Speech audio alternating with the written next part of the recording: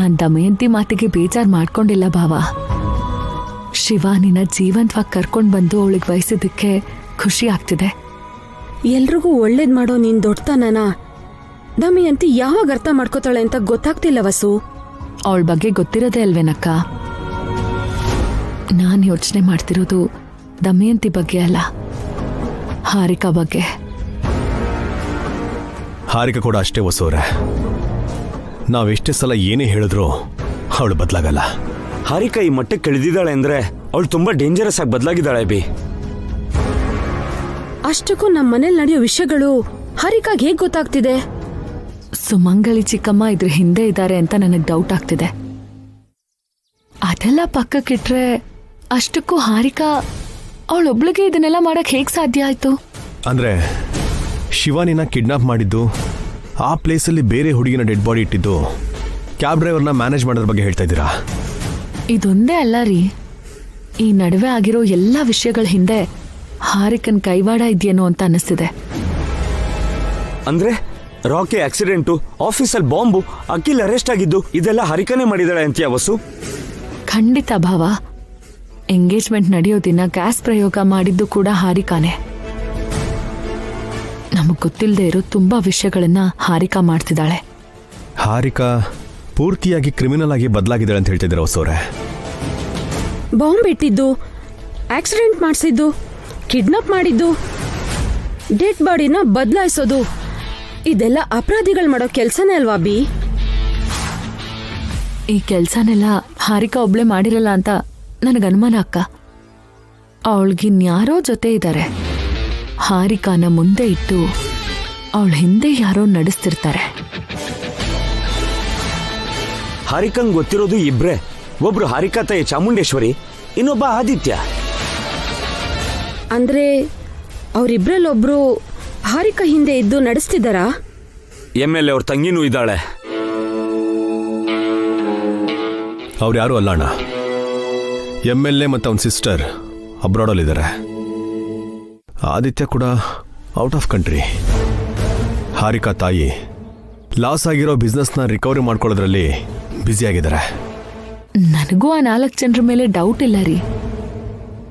ಇನ್ಯಾರೋ ಹಾರಿಕನ್ಗೆ ಸಪೋರ್ಟ್ ಮಾಡ್ತಿದ್ದಾರೆ. ಅವ್ರ ತಪ್ಪನ ನಮ್ಮೇಲೆ ಹಾಕೋ ಗ್ರಜ್ ಯಾರಿಗಿದೆ ವಸು?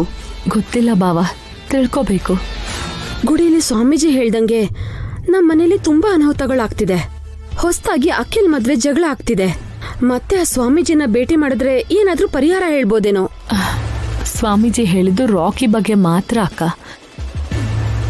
ಬೇರೆ ಅನಾಹುತಗಳು ಹಾರಿಕಾಯಿಂದ ಮಾತ್ರ ಆಗಿತ್ತು. ಹಾರಿಕನ್ಗೆ ಸಪೋರ್ಟ್ ಮಾಡ್ತಿರೋ ಆ ಅಜ್ಞಾತ ವ್ಯಕ್ತಿ ನಮ್ಮಿಂದ ಏನೋ ಆಶಿಸ್ತಿದ್ದಾರೆ.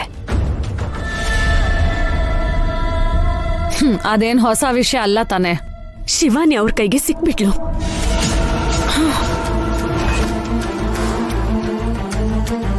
ವಾಟ್?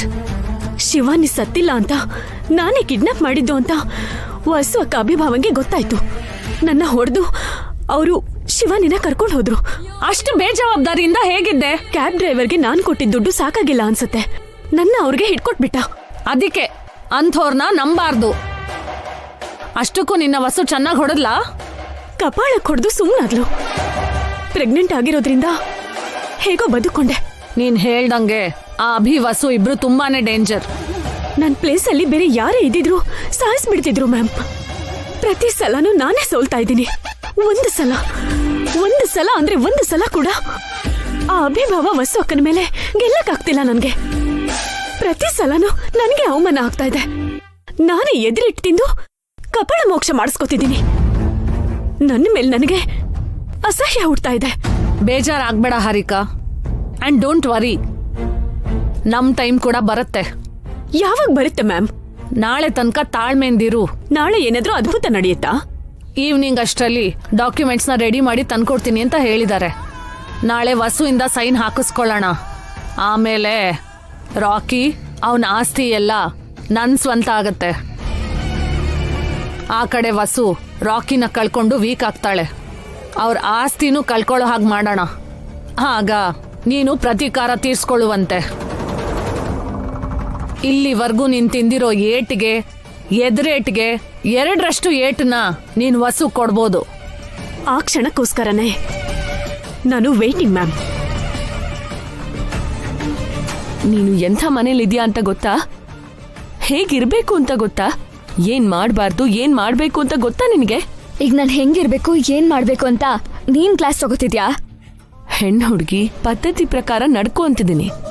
ನಮ್ಮಮ್ಮ ನನ್ನ ಸರಿಯಾಗೇ ಬೆಳೆಸಿದಾಳೆ, ನೀನೇನ್ ನನಗೆ ಹೇಳ್ಬೇಕಾಗಿಲ್ಲ. ನೀನ್ ಹೇಗ್ ಬೆಳ್ದಿದ್ಯಾ ಅಂತ ನಿನ್ ಬುದ್ಧಿನೇ ಹೇಳ್ತಿದೆ. ಆಗ್ಲೇ ನೀನ್ ಮಾಡಿದ್ದೇನು? ನಿಮ್ಮ ಅಜ್ಜಿ ಮುಂದೆ ಒಂಥರ, ಅಜ್ಜಿ ಇಲ್ದೇ ಇರ್ಬೇಕಾದ್ರೆ ಒಂಥರ ನಾಟಕ ಮಾಡ್ತಿದ್ಯಾ. ನಂದಿನಿನ ಕೆಟ್ಟೋಳ್ ಮಾಡಿ ನೀನ್ ಒಳ್ಳೆಯವಳು ಅನ್ನಿಸ್ಕೊಳ್ಳೋದಕ್ ಟ್ರೈ ಮಾಡ್ತಿದ್ಯಾ. ಇವಾಗೇನು ನನ್ನ ತೊಳ್ದು ಆ ನಂದಿ ನಿನ್ ಮೇಲ್ ತರ್ಬೇಕು ಅಂತ ನೋಡ್ತಿದ್ಯಾ? ನಿನ್ ಬುದ್ಧಿ ನಂಗೆ ಮೊನ್ನೆನೆ ಗೊತ್ತಾಯ್ತು. ಈ ಮನೇಲಿರೋರು ಯಾರು ಎಂಥವ್ರು ಅಂತ ತಿಳ್ಕೊಬೇಕು ಅಂತಾನೆ ಇಷ್ಟ ದಿನ ಸುಮ್ಮನಿದ್ದೆ. ಸೈಲೆಂಟ್ ಆಗಿ ಎಲ್ರೂ ಅಬ್ಸರ್ವ್ ಮಾಡಿ ನಿಮ್ ಕ್ಯಾರೆಕ್ಟರ್ಸ್ ಏನು ಅಂತ ತಿಳ್ಕೊಂಡೆ. ಯಾರು ಎಂಥವ್ರು ಅಂತ ಗೊತ್ತಾಗಿದ್ರಿಂದ ಇನ್ ಮುಂದೆ ನನ್ಗೆ ಹೇಗ್ ಬೇಕೋ ಹಾಗಿರ್ತೀನಿ. ನಿನ್ ಥರ ಸಲಹೆ ಸೂಚನೆ ಹೇಳೋರ್ನ ಕಂಡ್ರೆ ನನಗ್ ಮೈ ಎಲ್ಲ ಉರಿ. ಹೋಗಿ ನೀನ್ ಕೆಲ್ಸ ನೋಡ್ಕೊ. ಸಂಸ್ಕಾರ ಇರೋ ಹುಡುಗಿ ಅಂತ ಒಳ್ಳೆಯವಳಾಗಿರು ಅಂತ ಹೇಳೋಣ ಅನ್ಕೊಂಡೆ. ನಿನ್ ನಿಜವಾದ ಕ್ಯಾರೆಕ್ಟರ್ ಇದು. ಹೌದು, ನನ್ ರಿಯಲ್ ಕ್ಯಾರೆಕ್ಟರ್ ಇದೆ. ನಾನ್ ಹಿಂಗೇ ಇರ್ತೀನಿ. ಹಿಂಗೆ ಇರ್ತೀನಿ ಹೀಗೆ ಮಾಡ್ತೀನಿ ಅಂದ್ರೆ ಚರ್ಮ ಸುಲಿತೀನಿ.